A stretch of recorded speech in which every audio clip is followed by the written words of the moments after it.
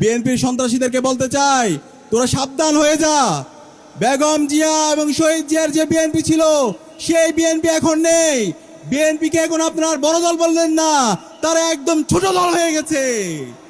BNP এখন কাপুরুষের দল হয়ে গেছে।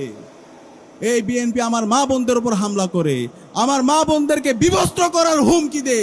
এই বিএনপিকে আমরা বলবো, তোরা এই ধরনের সন্ত্রাসী কর্মকাণ্ড বন্ধ কর।